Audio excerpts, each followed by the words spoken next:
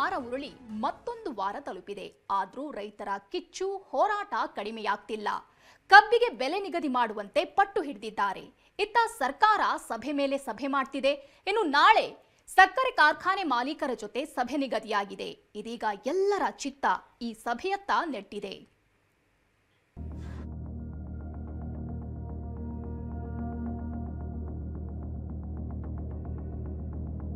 ಇಡೀ ಉತ್ತರ ಕರ್ನಾಟಕ ಇತಿಹಾಸದೊಳಗ ಐತಿಹಾಸಿಕ ಆಗ್ತಕ್ಕಂತ ಹೋರಾಟ ಇಲ್ಲಿ ರೂಪುಗೊಂಡದ.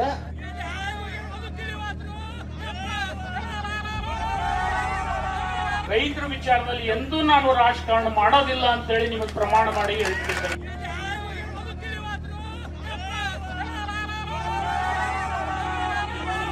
ಅದೇ ಕಿಚ್ಚು, ಅದೇ ಆಕ್ರೋಶ, ಅದೇ ಹೋರಾಟ. ಒಂದು ವಾರವೇ ಉರುಳಿದ್ರು ಅನ್ನದಾತರ ಪಟ್ಟು ಮಾತ್ರ ಸಡಿಲವಾಗ್ತಿಲ್ಲ.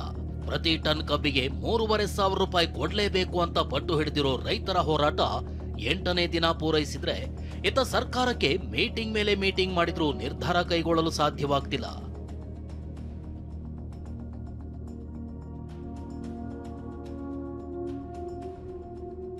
₹3,500 ರೈತರ ಪಟ್ಟು, ಸರ್ಕಾರಕ್ಕೆ ಇಕ್ಕಟ್ಟು. ನಾಳೆ ಸಂಜೆವರೆಗೂ ಸರ್ಕಾರಕ್ಕೆ ಡೆಡ್ ಲೈನ್ ನೀಡಿದ ರೈತರು ಪ್ರತಿ ಟನ್ ಕಬ್ಬಿಗೆ ₹3,500 ದರ ನಿಗದಿ ಮಾಡಬೇಕು ಅಂತ ಪಟ್ಟು ಹಿಡಿದಿರೋ ಕಬ್ಬು ಬೆಳೆಗಾರರು ಬೆಳಗಾವಿ ಜಿಲ್ಲೆ ಗುರ್ಲಾಪುರದಲ್ಲಿ ದೊಡ್ಡ ಮಟ್ಟದ ಹೋರಾಟ ಮಾಡ್ತಿದ್ದಾರೆ. ಇದೇ ಹೋರಾಟ ಇಂದು 8ನೇ ದಿನ ಪೂರೈಸಿದೆ. ವಿಷಯ ಏನು ಅಂದ್ರೆ 8 ದಿನವಾದರೂ ಜಿಲ್ಲಾ ಉಸ್ತುವಾರಿ ಸಚಿವರು ಈ ಕಡೆ ಮುಖ ಮಾಡಿಲ್ಲ. ಇದರ ನಡುವೆ ಇಂದು ಸಕ್ಕರೆ ಸಚಿವ ಶಿವಾನಂದ ಪಾಟೀಲ್ ಗುರ್ಲಾಪುರಕ್ಕೆ ಬಂದಿದ್ರು. ಸಕ್ಕರೆ ಕಾರ್ಖಾನೆ ಮಾಲೀಕರ ಜೊತೆ ನಾಳೆ ಸಿಎಂ ಸಭೆ ನಡೆಸಿ ಅಂತಿಮ ನಿರ್ಧಾರ ಕೈಗೊಳ್ತಾರೆ ಅಂತ ಹೇಳಿದ್ರು.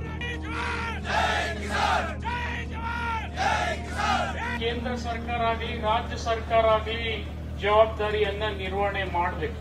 ಯಾವುದೇ ಬೇಕಾದ್ರೆ ರಾಜಕಾರಣ ಮಾಡಂದ್ರೆ ಮಾಡ್ತೀನಿ, ಬಿಡು ಅಂದ್ರೆ ಬಿಡ್ತೀನಿ. ಆದ್ರೆ ರೈತರ ವಿಚಾರದಲ್ಲಿ ಎಂದೂ ನಾನು ರಾಜಕಾರಣ ಮಾಡೋದಿಲ್ಲ ಅಂತ ಹೇಳಿ ನಿಮಗೆ ಪ್ರಮಾಣ ಮಾಡಿ ಹೇಳ್ತಿದ್ದೇನೆ. ಎಲ್ಲ ಕಾರ್ಖಾನೆ ಮಾಲೀಕರನ್ನ ಮನವೊಲಿಸಿ ನಿಮಗ್ ಲಾಭ ಆಗ್ಬೇಕು, ತದನಂತರ ಉಳಿದ್ರೆ ಅವ್ರಿಗೆ ಲಾಭ ಆಗಲಿ. ಸಚಿವರ ಭರವಸೆ ಬಳಿಕ ರೈತರು ಸರ್ಕಾರಕ್ಕೆ ನಾಳೆವರೆಗೂ ಡೆಡ್ ಲೈನ್ ನೀಡಿದ್ದಾರೆ. ಅಷ್ಟಕ್ಕೂ ಇಂದು ಸಂಜೆ 7 ಗಂಟೆವರೆಗೂ ಡೆಡ್ ಲೈನ್ ನೀಡಿದ ರೈತರು ನಾಳೆಯಿಂದ ರಾಷ್ಟ್ರೀಯ ಹೆದ್ದಾರಿ ತಡೆಗೆ ಪ್ಲಾನ್ ಮಾಡಿದ್ರು. ಆದ್ರೆ ನಾಳೆ ಸಿಎಂ ಸಭೆ ಕರೆದಿರೋ ಹಿನ್ನೆಲೆಯಲ್ಲಿ ನಾಳೆ ಸಂಜೆವರೆಗೂ ರೈತರ ಪ್ರತಿಭಟನೆ ಮುಂದುವರಿಯಲಿದೆ.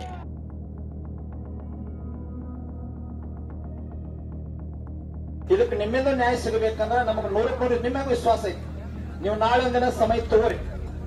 ನಾಡದ ಸಾಯಂಕಾಲ 7 ಗಂಟೆ ಮಟ್ಟ ನೀವೇನು ಚರ್ಚೆ ಮಾಡ್ತೀರಿ ಮುಖ್ಯಮಂತ್ರಿ ಜೊತೆ ಮಾತಾಡ್ಕೊಂಡು ನಮಗೊಂದು ಯೋಗ್ಯ ದರ, ನಾನು ಕೇಳಿದ್ದು ಈಗ DC ಅವ್ರು ಘೋಷಣೆ ಮಾಡಿಸಿದ್ದು, ನೀವೇನು ಮಾತಾಡ್ತೀರಿ ಒಂದು ಹಂತಕ್ಕೆ ಬಂದು ಇಲ್ಲೇ ಘೋಷಣೆ ಮಾಡಿದ್ರಿ ಅಂತಂದ್ರೆ ನಾವು ಹೋರಾಟವನ್ನು ಎಲ್ಲರ ನೇತೃತ್ವದೊಳಗೆ ಇಲ್ಲೇ ಸಾರ್ವಜನಿಕವಾಗಿ ಹಿಂತಕ್ಕೊಂತೀವಿ. ಸಚಿವರ ಕಾರ್ ಮೇಲೆ ಚಪ್ಪಲಿ, ನೀರಿನ ಬಾಟಲ್ ಎಸೆತ.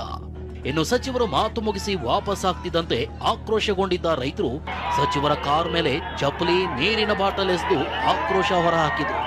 ಹೆಚ್ಚಿನ ಸಂಖ್ಯೆಯಲ್ಲಿದ್ದ ಪೊಲೀಸರು ಸಚಿವರನ್ನ ಸುರಕ್ಷಿತವಾಗಿ ಅಲ್ಲಿಂದ ವಾಪಸ್ ಕರೆದುಕೊಂಡು ಹೋದ್ರು.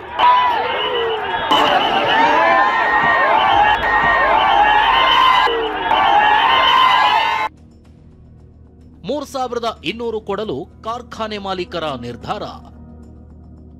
$3,300 ಕೊಡುವಂತೆ ಸರ್ಕಾರದ ಸೂಚನೆ. ಪ್ರತಿ ಟನ್ ಕಬ್ಬಿಗೆ $3,500 ಬೇಕು ಅಂತಿರೋ ರೈತರು ಕೊನೆ ಪಕ್ಷ $3,400 ಆದರೂ ನಿಗದಿಪಡಿಸಬೇಕು ಅಂತಿದ್ದಾರೆ. ಆದ್ರೆ ಕಾರ್ಖಾನೆ ಮಾಲೀಕರು ಮಾತ್ರ $3,200 ಮಾತ್ರ ಕೊಡಲು ಸಾಧ್ಯ ಅಂತಿದ್ದಾರೆ. ಇನ್ನು $100 ಹೆಚ್ಚಿಸಿ $3,300 ಕೊಡಿಸಿ ಅಂತ ಸಿಎಂ ಸಿದ್ದರಾಮಯ್ಯ ಸಕ್ಕರೆ ಸಚಿವರಿಗೆ ಸೂಚಿಸಿದ್ರು. ಆದ್ರೆ ಕಾರ್ಖಾನೆ ಮಾಲೀಕರು ಒಪ್ತಾ ಇಲ್ಲ. ಹೀಗಾಗಿ ನಾಳೆ ಮುಖ್ಯಮಂತ್ರಿಗಳೇ ಮಾಲೀಕರ ಸಭೆ ಕರೆದಿದ್ದಾರೆ. ಸಕ್ಕರೆ ಕಾರ್ಖಾನೆ ಮಾಲೀಕರ ಜೊತೆ ನಾಳೆ ಮೀಟಿಂಗ್. ರೈತರನ್ನು ಸಭೆ ಕರೆದ ಸಿಎಂ ಸಿದ್ದರಾಮಯ್ಯ ರೈತರು ಅಲ್ಲಿ ಪಟ್ಟು ಹಿಡಿದು ಕೂತ್ರೆ ಇತ್ತ ಸರ್ಕಾರ ಯಾರನ್ನ ಮನವೊಲಿಸೋದು ಅನ್ನೋ ಸಂದಿಗ್ಧತೆಯಲ್ಲಿದೆ.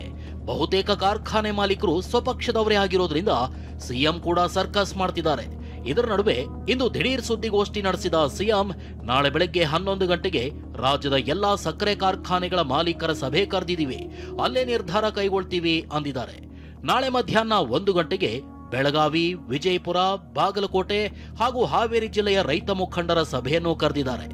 82 ಸಕ್ಕರೆ ಕಾರ್ಖಾನೆ ಮಾಲೀಕರಿಗೆ ಸಭೆಯಲ್ಲಿ ಪಾಲ್ಗೊಳ್ಳಲು ಸೂಚಿಸಲಾಗಿದೆ. ನಾಳೆ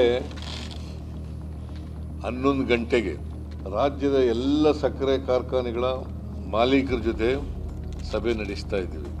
ಇಲ್ಲಿ ಬೆಂಗಳೂರಿನಲ್ಲೇ ಇಲ್ಲೇ ರಾಜ್ಯದ ಸಕ್ಕರೆ ಕಾರ್ಖಾನೆಗಳ ಮಾಲೀಕರುಗಳ ಜೊತೆ ಸಭೆ ನಡೆಸ್ತೀವಿ. ಅಲ್ಲಿ ಕೂಡ ರೈತರ ಪ್ರತಿಭಟನೆ ಬಗ್ಗೆ ಮತ್ತು FRP ಏನು ಅದಕ್ಕಿಂತ ಹೆಚ್ಚು ಕೊಡಬೇಕು ಅಂತ ಏನು ಕೇಳ್ತಾ ಇದ್ದಾರೆ ಅದರ ಬಗ್ಗೆನೂ ಕೂಡ ಚರ್ಚೆ ಮಾಡ್ತೀವಿ. ಸರ್ಕಾರ ಹೀಗೆ ಸರ್ಕಸ್ ಮಾಡ್ತಿದ್ರೆ ಗುರ್ಲಾಪುರದಲ್ಲಿ ಇಂದು ಬೆಳಗಿನಿಂದಲೂ ಹೋರಾಟ ತೀವ್ರವಾಗಿತ್ತು. ವಿವಿಧ ಮಠಾಧೀಶರು, ಬೇರೆ ಬೇರೆ ಜಿಲ್ಲೆಗಳ ರೈತರು, ವಿದ್ಯಾರ್ಥಿಗಳು ಕೂಡ ಹೋರಾಟದಲ್ಲಿ ಪಾಲ್ಗೊಂಡಿದ್ರು. ಇನ್ನು ಕರವೇ ಸಂಘಟನೆ ನಾಳೆ ಬೆಳಗಾವಿ ಬಂದ್ಗೆ ಕರೆ ನೀಡಿದೆ. ಮೂಡಲಗಿಯಲ್ಲಿ ರೈತರು ಹಿಂದೆ ಬಂದ್ ಆಚರಿಸಿದ್ರು. ಅಷ್ಟೇ ಅಲ್ಲ, ಸಚಿವ ಶಿವಾನಂದ ಪಾಟೀಲ್ ಅವರ ಅಣಕು ಶವಯಾತ್ರೆ ನಡೆಸಿದ್ರು. ಇನ್ನು ಅಥಣಿಯಲ್ಲಿ ಬಾರುಕೋಲು ಚಳವಳಿ ನಡೆಸಲಾಯಿತು.